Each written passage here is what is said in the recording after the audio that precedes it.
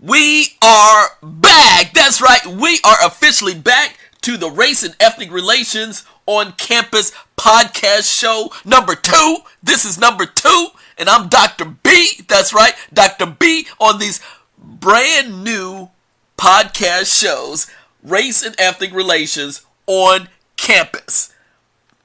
There you go. And it's really connects with my new book, Race and Ethnic Relations on Campus, Understanding Empowerment and Solutions for College Students, came out in 2018, and my college course that I teach at East Carolina University, Race and Ethnic Relations, Discovering New Solutions. So, again, and now these podcast shows extend out the entire message, and we go in detail on a lot of very serious issues simply not covered in mainstream media, mainstream environment, even in the college environment, even in day-to-day talk. And this is really for college students and families, parents. When you send your loved one off to college, guess what happens? They're immersed in all types of race and ethnic relations. Well, these podcast shows will address these issues. And I'm coming from those issues because I've experienced it in a different decade, but it's still happening because my students are telling me about all of these issues. And what's so refreshing is that I'm bringing what my students go through, combining with my experiences, and this is what is so special about these podcast shows, because we slow everything down. Let me just stop right here. Oh, wow. Yeah, I want to thank everyone. I want to thank the followers. I want to thank those of you who have joined my and subscribe to my podcast on the Race and Ethnic Relations on Campus. Truly appreciate that. You can follow on Podbean. You can follow on, iTunes. You can follow on Spotify. You can follow on YouTube. You can follow on, my Instagram. My Instagram. And you can send me an email at ejb678@gmail.com.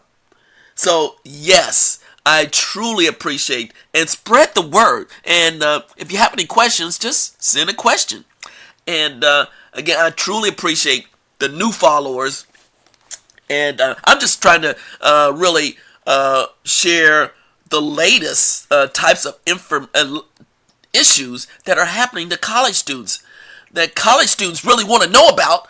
They want to find out practical strategies of how to deal with the new race and ethnic relations issues on campus, because all the students are just thrown together and not given any tools, any practical strategies of how to communicate, learn, and become best friends with individuals who don't look like you. And parents need to be informed about and provide parents tools on how to prepare your kids for immersion into various groups who may look different than your kid, okay? And that's good. It's always healthy to get exposure. But it's another thing to throw people together and think that they're going to get along. No, it doesn't happen. Even in 2019. Everyone wants to be, I'm going for it. Everyone wants to be politically correct. Politically correct in 2019 and 2020. Guess what? When you're dealing with race and ethnic relations, you can't be politically correct. Because we got to get real. Because students are not making the adjustment to the diversity of student populations on college campuses all throughout the United States, particularly here in Eastern North Carolina. So I'm just going to stop right there. Again, I'm 5 minutes in. Please do email me. Please do subscribe. And just like the podcast shows on Podbean, Spotify, iTunes. That's right.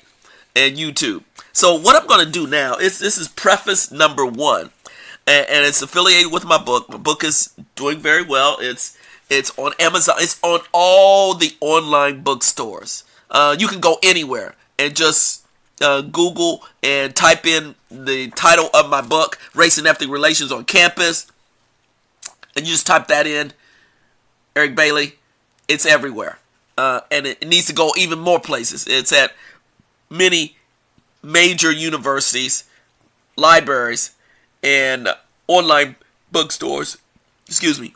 But it needs to go even further, and it needs to get in the hands of the average college student, the average parent out there. And that's another reason why I'm doing these podcasts. I want to spread the word and spread this book, spread these issues to make a difference. So now I'm 6 minutes in. I'm going to read the preface. See, this is the greatest thing about these podcast shows. I'm going to read, this is small portion of the preface number 1. And to give you a better context of why I feel, in my biased perspective, that this book is so important in 2019, 2020, 21, 2020, 21, 2022, 2023, and on. It is very important. Let me tell you, race and ethnic relations on campus, understanding empowerment and solutions for college students, is a new approach to addressing and better understanding many of the major controversial issues associated with race and ethnic relations for today's college students. Due to the current wave of societal racial conflicts across the United States, college students have become astutely aware of many of these issues, yet may not know how to conceptualize and deal with these issues effectively. This book and our conversations on this podcast show confronts these race and ethnic relations issues directly and sets in motion a whole new way of thinking on how today's college students can do something about it. Yes. The average college student can do something about it, not be a victim to all the issues that are happening on their individual campus. They can do something about it. That is, be a positive element to it. The significance of this new book and podcast shows on race and ethnic relations is that it is the first, and then regarding my book, as well as the first podcast show that provides today's college students not only a new approach to address these serious issues, but more importantly, new practical strategies to solve these issues individually and collectively. No longer can universities ignore the varying types of race and ethnic relations issues that arise on each college campus every year. All those involved in recruiting, teaching, graduating our next set of college students, which continues to increase in its diversity, must establish a new strategy to address the most controversial topic on college campus today, which is race relations. I don't care what you say. Race relations is still the number 1 priority on majority of college campuses. I said that. Yes. Even in 2019. Hello.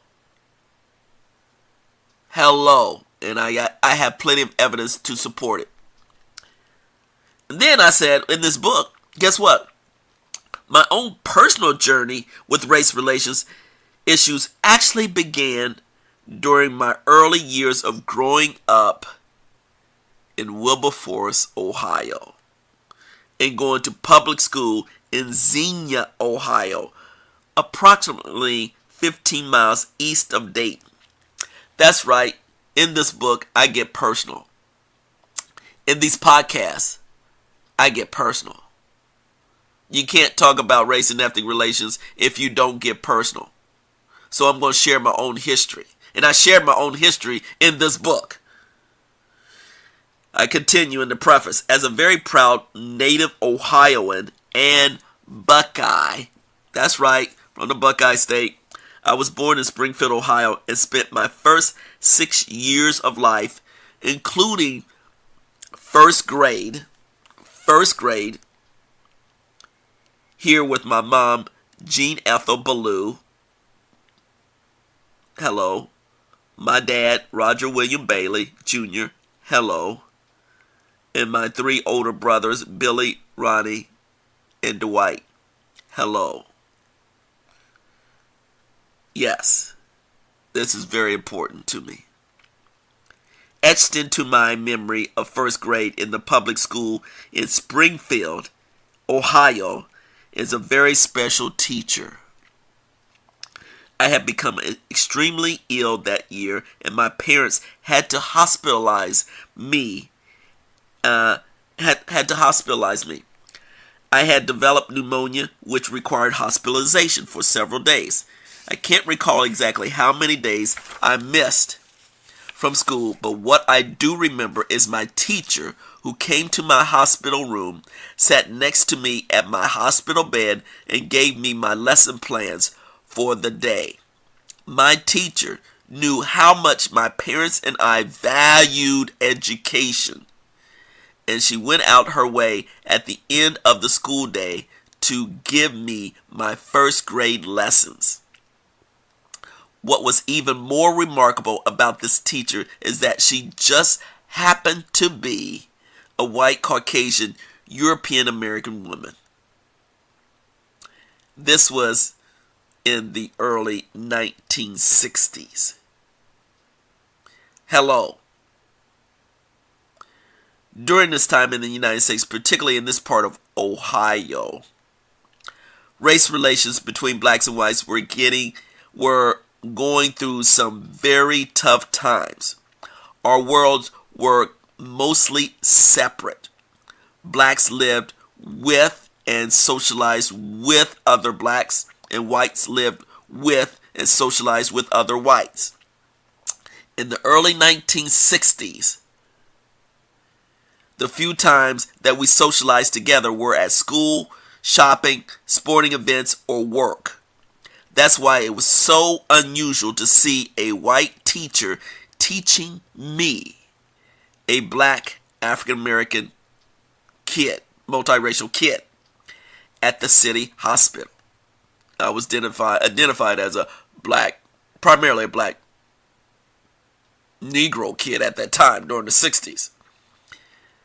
So that was very unusual. And yet my teacher came to the city hospital and gave me my lesson plans. And I remember it very vividly. I remember her by my bed very vividly in first grade. That was a major turning point in my life. Somehow at that age, I knew it was an exception, something I never forgot. It was very, very special. I still don't know the name of that teacher, yet I vaguely remember her face. And it was so refreshing. Now, see, this is so personal. That's the reason why I had to put this in the book. Because that was my first personal encounter with race relations, even though I didn't know what was really going on. But I knew it was unusual for a white, Caucasian, European American woman to spend time with me. With me at the hospital, giving my lesson plans during the early 60s. Hello. I want to further finish with this part of the preface. Preface number 1. This is a show. This race relations event with my school teacher, along with others in Springfield, Ohio, prepared me for relations with those who were like me and those who were not. Once my parents decided to relocate to Wilberforce, Ohio, approximately 15 miles southwest of Springfield, it was a brand new community that we lived in, referred to as the Valley. Represented moving up in social status. Moving up in social status. In Springfield, we lived in an impoverished, low-income neighborhood in a small house next to the city dump. By contrast, in Wilberforce, we lived in a brand new middle-class home next to cornfields and two historically black universities, Wilberforce University and Central State University. Hello, Marauders. Needless to say, Wilberforce and the Valley symbolized to me, my family, and many others a peaceful, inspiring, educated, hopeful place to live, play, and raise a family. I'm going to stop right there. Again, that's the first portion of the preface of my book, to give you a reason why I feel compelled to write this book for today's college students, but to introduce, as well as introduce my own experience of race relations at such an early age of first grade, and having a connection with someone who was not like me and was unusual for a white, Caucasian, European American woman to spend extra time educating me. And I knew it was unusual. And my parents, however they managed to encourage her and to come to my hospital and give me my lesson plans. And I never forgot it. And that's the reason why I love education. I loved education from day one. I loved school. And it was, my parents knew it. The teacher knew it. And that's the reason I'm so much dedicated to school, where there's primary school, middle school, high school, and particularly college. And that's where most young kids get their engagement, their learning experiences, their exposure to people who are like them, and mostly who are not like them. Issues of race and ethnic relations that happen in primary school, middle school, high school. And I talk about my own experiences with people who were not like me and the challenges that I went through, but also the positive experiences that I had. And I was very fortunate. I recognized that. But my parents knew that for us to get, as my mom would say, you got to get exposure. Hello, you got to get exposure. And what she meant by that, exposure means getting immersed into other cultures, to people and their way of life that are different than you. You got to get exposure. And that's the reason why. Another reason why my mom and dad, Roger and Jean, decided to relocate and move out of Springfield to Wilberforce, the Valley. It was night and day. And I do mean, it seemed like night and day. In Springfield, I love Springfield. And matter of fact, I was so young, I actually asked my older brothers through time, years later, I said, what was Springfield truly like? Because I had certain images, and they said, yes, your images were correct. And the issues that we experienced in Springfield at that time were very challenging and difficult. And things were happening in the local impoverished neighborhood on a regular basis. So my parents knew for the boys to stay out of trouble, we needed a new environment. We needed exposure to another community and exposure to other folks. And at that time, it was primarily to white students, to white parents, to white Caucasian families, because we were inculcated, immersed into primarily just the African American communities and neighborhoods. But my parents knew that for us to grow as professional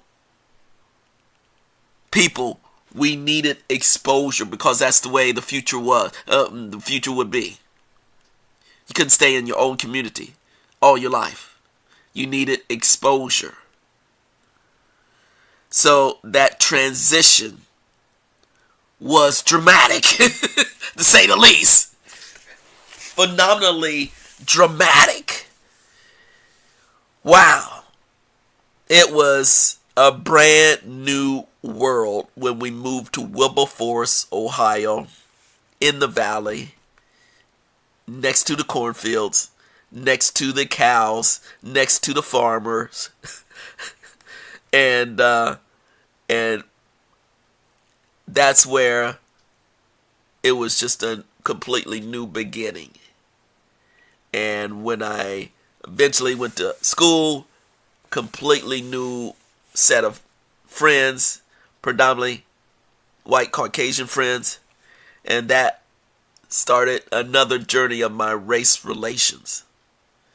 But I just take a step back and remember how very, very fortunate I was to have a teacher who just happened to be a white Caucasian European American woman who spent the extra time out of her busy schedule to keep me up to speed on my lesson plan in first grade.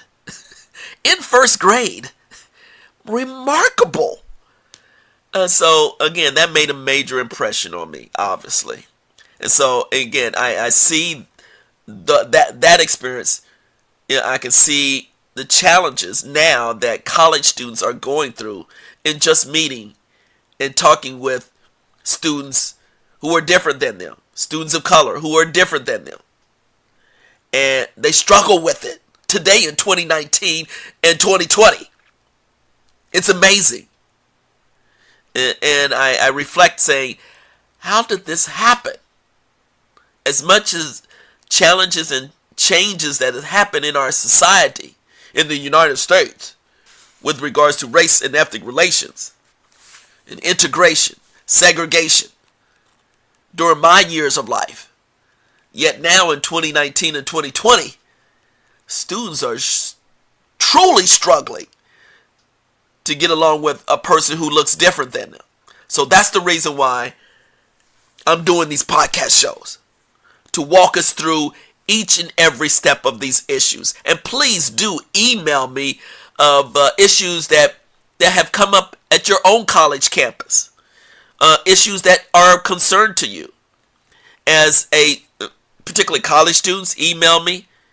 Administrators of colleges, email me. Professors I'm a professor too. Email me. Staff, email me. And particularly parents, email me if you're concerned of how your loved one will interact, get along with people who are different than them. This is time to have the dialogue. This is time to make this a teachable moment before bad things happen. Yes, bad things have happened on college campuses. Bad things have happened across the United States that eventually gets to the college campuses. So let's have this constructive dialogue in these podcast shows.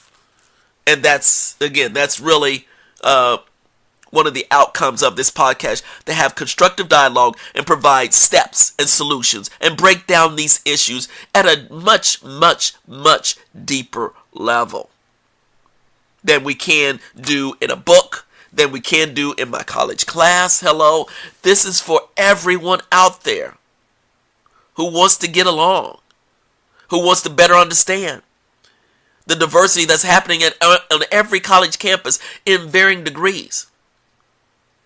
And I'm not even going to get there right now. Oh, I have some new information I'm going to share with you in another show.